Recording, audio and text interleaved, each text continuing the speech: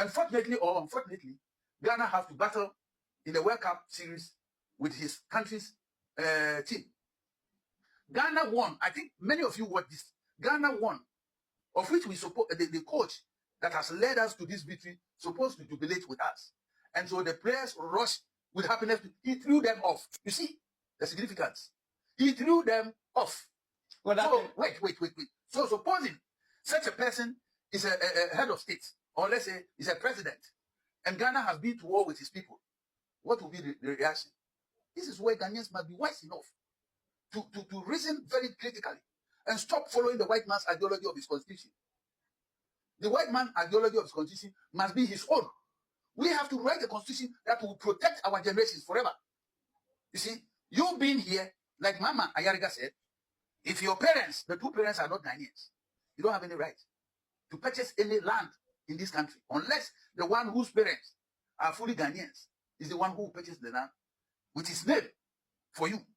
And then he also said he's going to give a passport that will state a fully Ghanaian, and a passport that will state a half Ghanaian, and then a passport that will state how do I call it? Naturalized Ghanaian. You see, and he said the naturalized Ghanaian has no right even to buy a property at all. So, but there has been a time where a president, one of our presidents, has a there's a Russian and half Ghanaian. Who is this president that we're talking about? His Excellency, the late Jerry John Rawlings. His father was a Russian, and the mother was not a Russian. That's what we heard. Irish. His father was an Irish. Yeah. And his mother is partly. It's not a total Voterian. His mother was partly Akom and partly Voterian. So that man was only a quarter of Ewe. That man was only a quarter. Oh yes, of course. So the mother's mother is from Akomu, and the mother's father is from Volta region. So that half belongs to Irish, and the remaining half is divided among the Akans and the Ewes.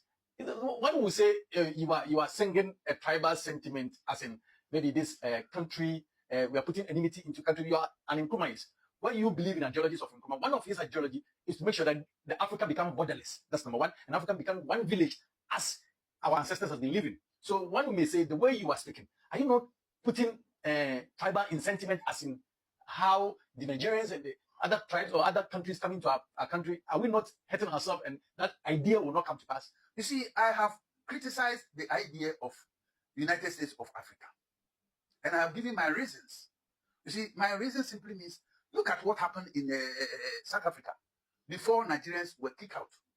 You see, anywhere they go, they try to cause their own problem that will make you extradite them. You understand? And in fact, the fact that I take you as a friend doesn't mean you have to come and march on my head. I won't accept it. If you have come here as a foreigner, do as I go to your place, I will do as a foreigner. You don't come and challenge me in my own land that you want to come and share the land with me. The man pushes and I've forgotten the name. This is what actually happened. And we don't want this, because I will be very sad in my grave seeing my great-grandchildren battling with this Biafra issue. You see, and I will be very much guilty for not acting and protecting them before leaving them. So I believe that every meaning Ghanaian, fully Ghanaian, must reason and know that we are not living behind only cash. We are living behind a human beings that we need to think about. Because having money and going to war is different. You can have money, but you don't have the ability to go to war. Somebody will come and march over you, take all your wealth. So what have you done there? So to me, Ghanaians must think very fast, because some of the Nigerians are even criticizing what is happening, what their brothers are doing. You see, so why can't Ghanaian youth in particular? Because the elderly people are just, whether I can say, cowards, trying to play useless diplomacy, a useless diplomacy, a diplomacy that cannot support our children and grandchildren in the future. That is where I'm coming. So a lot of youth follow you and listen to you. When you go to your YouTube, I can see a lot of the youth following you, listening to what you say. For about 10 years, you have been echoing something into our head, trying so much to liberate us from who we are. In this regard, this Igbo kingdom issue, what do you want us, the youth? What do you want us to do? What do we do? You see, if it has been Nigerians, that Ghanaians have been there to make Ashanti Kingdom over there, the youth will strike seriously and condemn everything, that the people who are planning this will flee the country. If it is Nigeria, let's call the spade a spade. They won't have time for all this. You see, before it starts, they must quench the fire down so that they will have their peace. So to me, all I want the youth of Ghana to do, because don't rely on your leadership. Leadership can be biased. Yes, of course. Leadership can be tricksters. Yes, of course. Like you are saying, the Pram king or whoever they are says they never sold the land. But it has come clear that the man himself, the Nigerian man himself, has voiced out that he paid cash for that 50 acres of land. Then whoever took the money is saying, you did not give me cash. If he did not give me cash, let's deport the man. Let's see who he will go and collect his money from. Oh, yes. So as we speak right now, when you go to Ashanti region, that is the second capital of Ghana, and the youth over there has waked up and has calling on the Otumfuo, and they are saying Otumfuo should intervene, and they are giving them up to 19th of this month. If you're a Nigerian, leave this our country. They are giving them 19th of this month. They don't want to see any Nigerian in Kumasi. When it happens like that, then it will call for chaos. Now, as we're about to shoot this video, I had another video from the Eastern region. All the youth of the Eastern region, start from Mingo, Pram, throughout, even to Lomé, they are all saying the Nigerians should leave.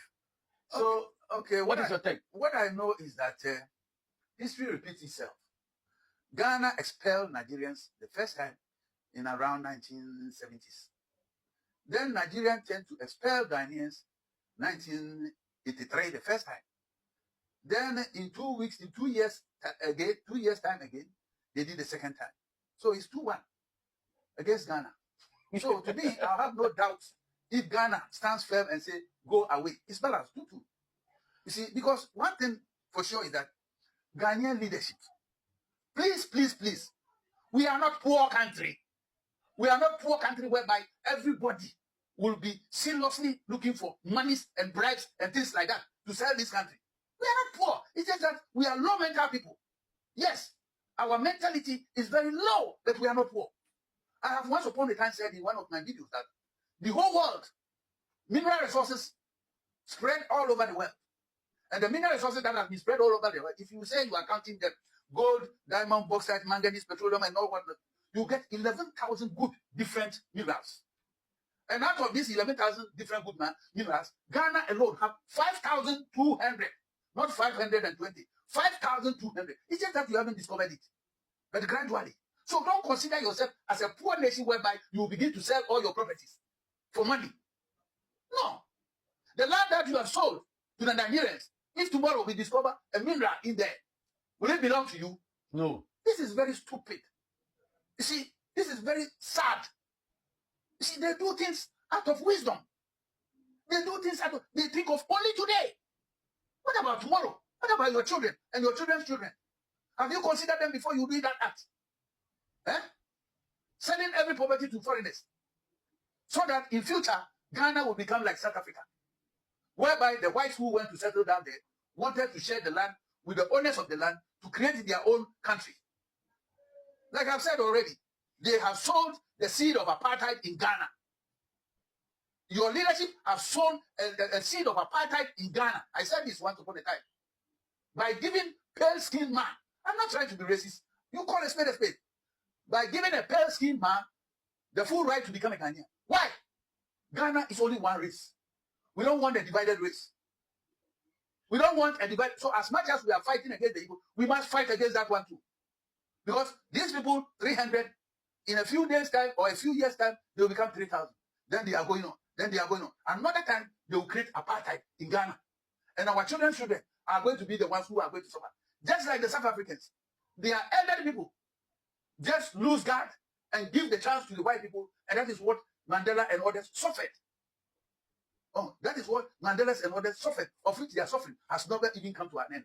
So some well-meaning Nigerians who are businessmen here in Ghana, in fact, scattered all over Ghana, they are also saying, yes, they don't agree with the fact that Igbos should have a kingdom.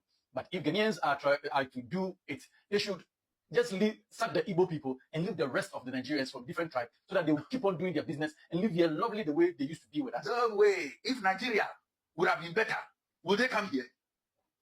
If they have stayed there peacefully, without serial killing, without occultism, without ritual murders, will they be able to? Will they be able to? I think, wouldn't they be able to live on their land?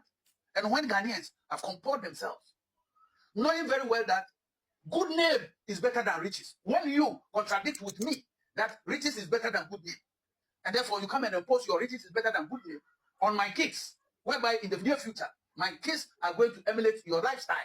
No way. We have a culture. We have a tradition. We have everything. We don't want anybody to come and change it. So please, Ghanaian youth, I'm not calling the presidency. I value you, the Ghanaian youth, more than everything. So it is only the Ghanaian youth who can do this for themselves now. You see, what is diplomacy? Diplomacy when somebody is coming to put a stick in my eye, then I call it diplomacy.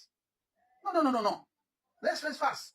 You see, let's take it for instance. Ghana has a law governing trade in this country that a foreigner cannot retail. What happened to it? Now they are doing retailing. Yes, Nigerians all over. Wait. When the Ghanaians who are retailing went up to defend the law, it was the same lawmakers who break the law against Ghanaians. Ghanaians must be very careful and listen to me. It is your lawmakers who made the law. They are the same people who break the law. Who knows what happened?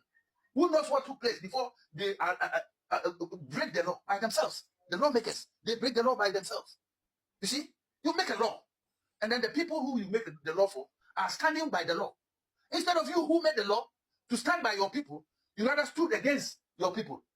So the foreigners can have their way against our own law. You see, so it is very dangerous. To me, what has happened now, checking from this very law that I'm quoting that says only Ghanaians must do a retail. And then our leadership who are making the law break the law. What makes an escape to break the law? What caused the breaking of the law by them? Who made the law? Ghanaian youth must, and the traders must wake up and ask them, you made the law, and we are following the law, and we are calling you to implement the law. Now the law has been broken. So who break the law? Who break the law? You see, that is what is making Ghana a very sick and tired place. You see, there is nobody who cares about the Ghanaian citizen and the nation Ghana. Nobody at all. I can't see one single person who claim that, who will, it's not about claiming, who will do action that I love my country Ghana, and therefore I will fight for my nation Ghana. There is no one person. I haven't seen it yet. All the leadership comes, they are selfish interest. That is why I say intelligence cannot be acquired in the classroom at all. Intelligence cannot be acquired in the classroom. Intelligence is God-given. It cannot be, because why am I saying so? I quite remember some years back when I was driving my taxi in the around Legon to Shiashi roundabout. There was a traffic jam. So I saw, may his soul rest in peace, Professor Kofi Amuno. We were side by side like this. Then I greeted him and said, Prof, can intelligence be acquired in the classroom? He laughed at me. As a taxi driver, he laughed at me. Then he just stayed quietly and he asked me, why do I ask? And I said, Prof, I just want to be sure that intelligence can be acquired in the classroom. Then all of a sudden, the queue started moving, so we moved apart. He couldn't answer me. But later, I heard that he has died in Kenya or something of that sort. You see, I want a professor to come and prove to me that intelligence can be acquired in the classroom. You see, unless the professor doesn't know the criteria to assess intelligence. Because when you talk about intelligence, it is not a corrupt person. It is not a thief. It is not somebody who will see A and say it is Z. You see, it's not somebody who will deceive people and achieve his goal. Intelligence is somebody who does something in the righteous manner, righteous way. And do we have that? Do we have that among the elated, among the so-called educated people? Do we have it? No. I haven't seen it before. So, sir, finally, Osman, for us, we are taking leave of you. Now, you are calling upon the youth to rise up. So what is your final message to the youth of Ghana concerning this Igbo kingdom? My only message to the youth is that the problem will not be on my head, because I may leave anytime. But you, the youth, will live to see what we are talking about. And don't let it germinate and grow bigger before you find an axe to cut the tree down. Just crush the seed as early as possible. Just crack the seed as early as possible before it germinates and become a huge tree that you find it difficult to cut down. That is my message to you. I would like us to change the language into our own language. And just crack the seed as early as possible before it germinates and become a huge tree that you find it difficult to cut down. That is my message to you. I would like us to change the language into our own language. And the Empire now catch Bebu Efa Igbo for instance. Well, the American check Ghana for Mebu Titlu. And he said, Monyan Sheha, Emma, a Diabana, almost Omudia. Now, if you be a Diacasia, Mutimi Mudachino. Mumma, if